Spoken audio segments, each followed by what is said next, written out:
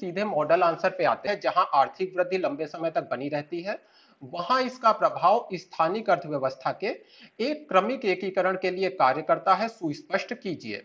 देखिए यहाँ पर मैंने इंट्रोडक्शन क्या होता है इसको अलग से बताया है, बॉडी क्या होती है अलग से बताया है।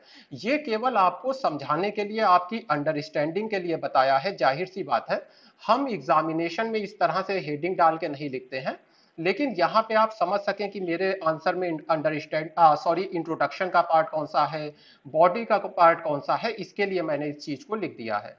तो देखिए, दीर्घकालीन समय तक आर्थिक वृद्धि दर्शाती है कि स्थानिक अर्थव्यवस्था में उद्योगों और सेवाओं का विकास तीव्र गति से हुआ है। यानी कि अगर लंबे समय से आर्थिक वृद्धि चल रही है, तो इसका मतलब है कि आपकी जो स्थान की अर्थव्यवस्था है, जो आपकी स्पेस इकोनॉमी है, इसमें उद्योग और सेवाएं जो हैं वो काफी तेजी से विकसित हुई हैं। इसके कारण संपूर्ण क्षेत्र में विभिन्न अंतर्निर्भर उद्योगों और सेवा प्रदाताओं वाली एकीकृत अर्थव्यवस्था जन्म लेती है। यानी कि देखिए, जो हमारा पूरा का पूरा स्पेस है, यहाँ पे क्या दिखाई देगा कि कई सारी इंडस्ट्रीज होंगी, और ये जो जितनी भी इंडस्ट्रीज हैं ये सभी एक दूसरे के ऊपर डिपेंडेंट होंगी, अंतर्निर्भर होंगी। यानी कि यहाँ पर इंटरडिपेंडेंस दिखाई देगी। इसके साथ ही जो कई सारे सेवा प्रदाता हैं वो भी आ जाएंगे।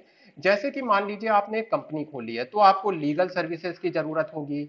इसके साथ ही हो सकता है आपको इंटरनेट की जरूरत हो। इसके साथ ही आपको एडवर्टाइजिंग इंडस्ट्री की जरूरत होगी। यानी कि क्या है कि जब आपके जो आपका स्थान है वहां पे जब इकोनॉमिक डेवलपमेंट होगा, इकोनॉमिक ग्रोथ होगी, तो उससे कुछ इंडस्ट्रीज आएंगी, और इन इंडस्ट्रीज की जो सहयोगी इंडस्ट्रीज हैं वो भी सामने आएंगी। तो देखिए, आगे बढ़ते हैं। ये हमारा इंट्रोडक्शन का पार्ट हो गया, जिसमें हमने ये समझा दिया कि जो आर्थिक वृद्धि किसी जगह पे लंबे समय तक होती है, तो उससे किस तरह से एकीकृत अर्थव्यवस्था बनती है। यानी कि हमारे आंसर की रूपरेखा क्या होगी, वो इंट्रोडक्शन को पढ़ के ही पता चल जाता है कि हम बताने वाले हैं कि किस तरह से जब किसी जगह पे इकोनॉमिक डेवलपमेंट होता है, तो वहां पर अंतर्निर्भर उद्योग और सेवाओं का जन्म होता है। तो अब देखिए, आते हैं बॉडी के पार्ट पे। तो जैसा कि अब देखिए, यहाँ पे मैंने जो मॉडल वगैरह है उसको रिफर कर दिया है। जैसा कि पेरू और बुदेविये ने बताया कि किसी क्षेत्र के में कुछ प्रणोदी उद्योगों के विकास से इनके अनुषंगी उद्योगों का भी विकास होता है और औद्योगिक क्षेत्र निरंतर फैलते जाते हैं। तो देखिए, जैसा कि शुरू में ही मैंने बताया कि जो प्रपल्सिव इंडस्ट्रीज हैं, इसके बारे में पेरू और बुदेविये ने बात की है, और उन्होंने कहा है कि आप कहीं पे अगर डेवलपमेंट करना चाहते हैं, तो आप प्रपल्सिव इंडस्ट्री को लगा दीजिए। इसकी वजह से क्या होगा, बहुत सारे इसके अनुषंगी उद्योग भी विकसित हो जाएंगे, और जो औद्योगिक क्षेत्र है वो लगातार फैलता जाएगा। यानी कि आपने एक छोटी सी जगह पे इकोनॉमिक डेवलपमेंट किया, इकोनॉमिक ग्रोथ के लिए इंडस्ट्री लगाई, और फिर ये जो एरिया है धीरे धीरे फैलता जाएगा, क्योंकि यहाँ पर नई नई जो इंडस्ट्रीज हैं वो जन्म लेंगी। और इससे क्या हो रहा है, देखिए, ये जो स्पेस इकोनॉमी है, मान लीजिए, चलिए ऐसे समझते हैं, ये मेरे दो हाथों को देखिए, ये मान लीजिए एक स्पेस इकोनॉमी है। इसमें जहां पे मैं पेन रख रहा हूं, मान लीजिए पहले केवल यहां पे इंडस्ट्री थी, लेकिन अब क्या हुआ कि ये आसपास का जितना क्षेत्र है, यानी मेरे दो हाथों के बीच का जितना क्षेत्र है, यहां पर हर जगह पे इंडस्ट्री डेवलप हो गई, क्योंकि एक जो इंडस्ट्री है उसने कई सारी अन्य इंडस्ट्रीज को जन्म दिया। अब देखिए, हम यहां पर इसके एग्जाम्पल देंगे। अच्छा देखिए, मैंने दो एग्जाम्पल दिए हैं आपको बेटर तरीके से समझाने के लिए। आप जब आंसर लिख रहे हैं तो केवल 150 वर्ड्स में लिखना है, तो इसके लिए आप केवल एक एग्जाम्पल दे सकते हैं। देखिए, यहां पे हमने एग्जाम्पल दिया है पहला, कि स्टील उद्योग के विकास के साथ ही कोयले और लोहे के उद्योगों का विकास होता है। यानी कि अगर आपका जो स्पेस है, जो स्पेस इकोनॉमी है, अगर वहां पे बहुत तेजी से स्टील उद्योग का विकास हो रहा है, तो इसके साथ ही कोयले की ज्यादा जरूरत पड़ेगी, लोहे की ज्यादा जरूरत पड़ेगी। तो ये जो बैकवर्ड जो आप कह लीजिए बैकवर्ड लिंकेज वाली इंडस्ट्री है, उनका भी विकास होगा।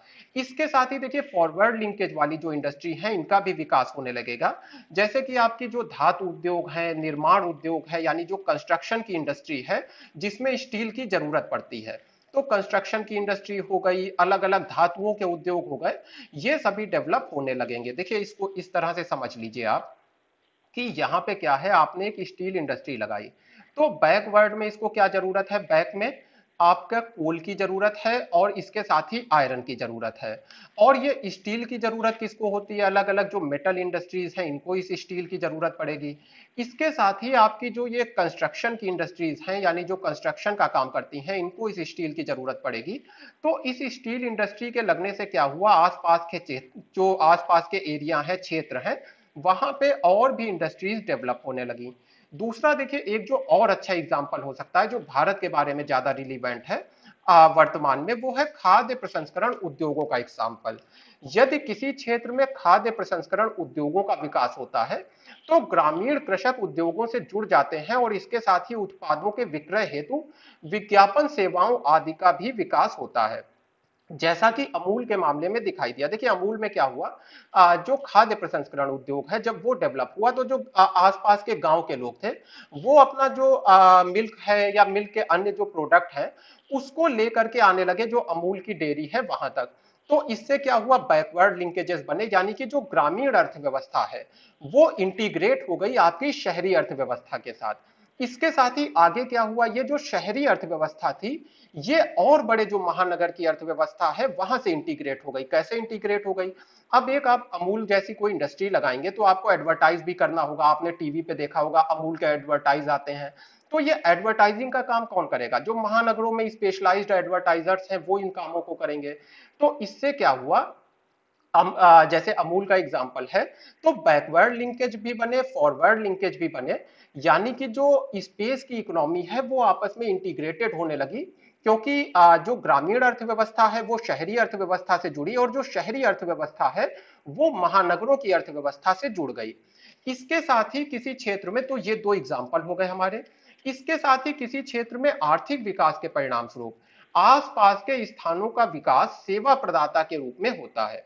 तो अब देखिए क्या होता है, किसी क्षेत्र में जब आर्थिक विकास हो रहा है तो उसके जो आसपास के क्षेत्र हैं वो सेवा प्रदाता बन जाते हैं। इसका एग्जाम्पल क्या है, केंद्रीय व्यापार क्षेत्रों को खाद्य पदार्थ, आवासीय सुविधाएं, होटल, मनोरंजन आदि की सुविधाएं अन्य मेखलाओं के द्वारा प्रदान की जाती हैं। देखिए आपने सीबीडी का कॉन्सेप्ट पढ़ा होगा, तो सीबीडी क्या होता है, सीबीडी तो बहुत महंगा है, यहां पर तो जमीन ले पाना सबके बस की बात नहीं है। तो जो आवासीय सुविधाएं हैं, जो रेस्टोरेंट हैं, जो होटल हैं, जो मनोरंजन की सुविधाएं हैं, ये सारी कहाँ होती हैं, जो सीबीडी के आसपास की बेल्ट होती हैं वहां पर ये सारी सुविधाएं होती हैं। यानी कि क्या हुआ, सीबीडी में जब जो इकोनॉमिक ग्रोथ है वो लंबे समय तक हुई तो इसका प्रभाव क्या हुआ कि ये जो स्पेस इकोनॉमी है ये इंटीग्रेट होने लगी। आसपास का जो स्पेस था वो भी सीबीडी के साथ इंटीग्रेट हो गया, यानी कि एक इंटीग्रेटेड स्पेस इकोनॉमी बन गई। तो यहां पर इसके बाद देखिए जो कंक्लूजन में हम बता सकते हैं, सैटेलाइट नगरों, फ्रिंज क्षेत्रों से होने वाली दैनिक आवाजाही और सुदूर क्षेत्रों से होने वाला प्रवास अर्थव्यवस्था को और अधिक एकीकृत करता है। तो अब देखिए यहां पर लास्ट में मैंने प्रवास की भी बात बता दी। अब क्या होता है, जो आसपास के सैटेलाइट नगर हैं, जो फ्रिंज के एरिया हैं, वहां से लोग रोज आते हैं शहरों में, वहां पर काम करते हैं, उसके बाद वापस लौट जाते हैं। तो यानी कि दैनिक आवाजाही होती है। और फिर जो दूर दूर के लोग हैं, थोड़ा और ज्यादा दूर के लोग हैं, वो जाकर के ये जो सीबीडी वगैरह है वहां पर बस जाते हैं। और इससे क्या होता है, एक इकोनॉमिक इंटीग्रेशन होता है, यानी कि जो लोगों का स्तर है, जो आप कह लीजिए जनता का स्तर है, जनसंख्या का स्तर है, वहां पर भी इंटीग्रेशन सामने आता है। यानी कि कंप्लीटली आपको एक इंटीग्रेशन दिखाई देगा जिसमें कि जो आपका सीबीडी है वो सैटेलाइट नगर है, फ्रिंज क्षेत्र है, यहाँ के लोगों से जुड़ जाएगा।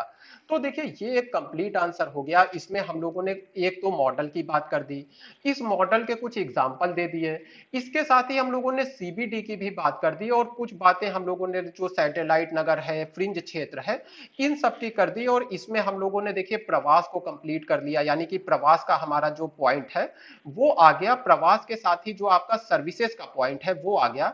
इसके साथ ही यहाँ पर जो उद्योग यानी कि इंडस्ट्री और सर्विस आपस में जुड़ जाती हैं, ये भी पॉइंट आपका आ गया। यहाँ पर जो मॉडल है पेरू और बुदेविये का, इसमें जो फॉरवर्ड लिंकेज, बैकवर्ड लिंकेज है वो भी कंप्लीट हो गया।